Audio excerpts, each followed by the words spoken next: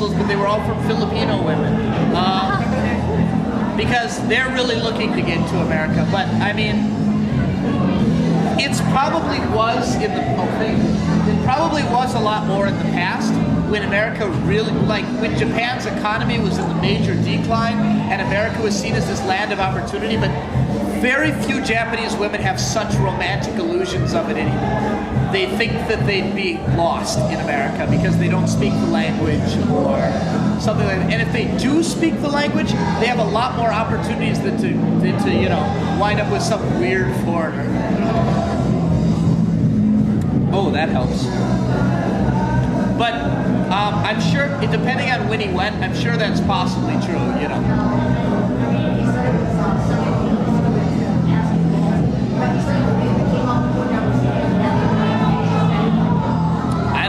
Found many Japanese people who really dug the facial hair, but a blonde-haired foreigner does well. Yeah.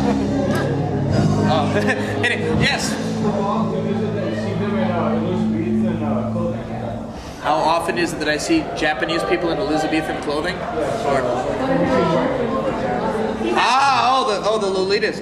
Pretty rare, actually. It's really rare. You have to go to a big city to see it. Although I saw one in my town once. They were going to a big city, but they changed it home. And it was just weird. Because like, it wasn't just me walking, it was like all Japanese people were like, what?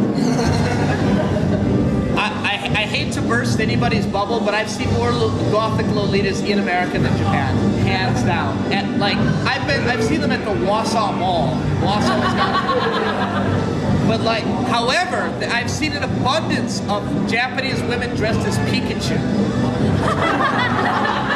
I don't think there's anything sexual about that, but come on.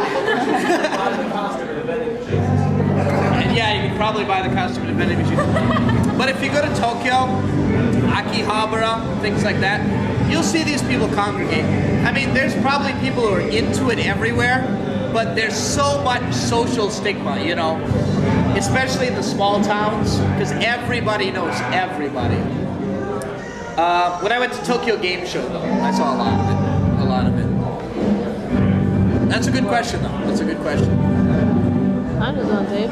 It doesn't happen as much as a lot as I expected. Yes?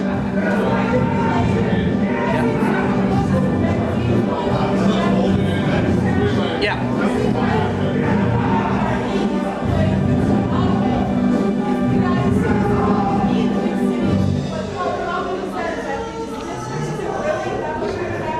Yeah. Well, that's more of a Tokyo, Osaka thing, but yeah, in the big cities there are definite fashion districts, and when you go and people just hang out on the street being fashionable, you know, they're just walking around wearing whatever, and it changes all the time. Has anyone played the game The World Ends With You? It's a DS game. It's kind of about that. Of course, that's a video game, but it is kind of similar to that. I mean, different styles, like if you go to Shibuya, there's like Shibuya style, Shibuya Kei, you know. Harajuku's definitely got its own fashion scene, as Gwen Stefani will tell you. If you don't punch her in the face. But yeah, there's definitely street fashion, and but what I really like is around the same areas where the fashionistas, or that's not a word. All right, hang around. Fashionistas, that's it. Hang around. There's also a lot of the indie music, and that differs by region, just like the clothing does. And when a band makes it big, you know, people will know that's Shibuya Kei right there. That's where that came from. Yeah, good question. That's great. Yeah. Those cafes, like the cosplay stuff. Yeah. Is that big, or is that just Cosplay cafe. I'm guessing you were meaning like the maid cafes. There was a Gundam bar in my town. It went out of business because a town of 60,000 people cannot support a Gundam bar. But like, it was Gundam cosplay, and you went in and they're wearing the costumes, and on the big TVs they have Gundam showing, whatever, and they've got Gundam themed drinks and stuff like that. I think I've never seen a person go into it, but you know, but like, in a bigger city, something like that could be supported. And if you go to Akiba, I mean, there's maid cafes all over the place, especially when there's a big show going on, like Tokyo Game Show or something. They're all out in the street advertising, you know. I've never been to a maid cafe, but my wife has. I always thought it would be weird. I like if I came home and I went to a maid cafe, she'd think I was crazy, and so I kind of avoided them. And last time she went to Tokyo, she's like, I went to a maid cafe. She described the experience to me. She's like, this really, really happy, really, really pretty girl in a really frilly outfit came up to me. I ordered a melon soda, and she magically made it taste better. Because she went and she had her magic wand, and she pranced around it for a while, said some magic words, tapped it with her wand, and said it would taste a lot better now. And it did. That's worth $8, because that's how much it cost. The non-magical one, we're looking at about $2, but the magical one, that's $8. But you know, you're paying for the dance, you know, and paying for a bunch of really cute girls to go, oh yeah, I love that thing that you like. Just put it in there. Yeah, exactly. But then again, some of them, because they live in that area, they know that, some of them genuinely do like that stuff, and those are the ones who get the promotions, you know? Because if they can hold a good conversation with their customers, they're in.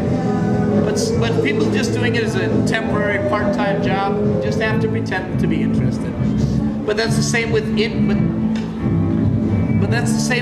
bar in Japan. Okay, I'm gonna give a differentiation right now. In Japan, you have bars, snack bars, and hostess clubs. This is going up the scale of creepy.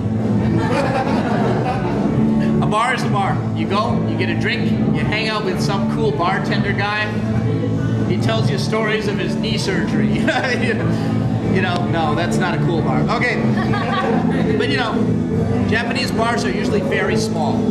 Maybe my favorite bar has a seating capacity of 10, and that's great. You go there, you hang out.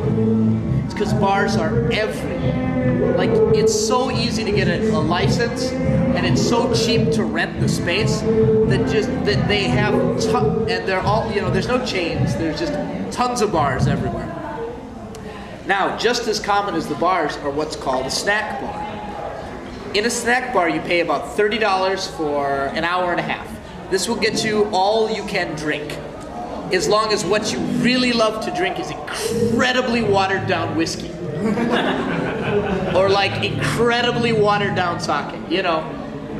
And like, but a snack bar usually accommodates about 15 people, or you know, about like 3 groups of 5. And at a snack bar, there's usually about 3 or 4 girls working. And they come around from table to table and they talk with you, and there's karaoke and you sing and you talk. And usually they're themed. The last one I went to, their theme was erotic school teachers. That was pretty good. But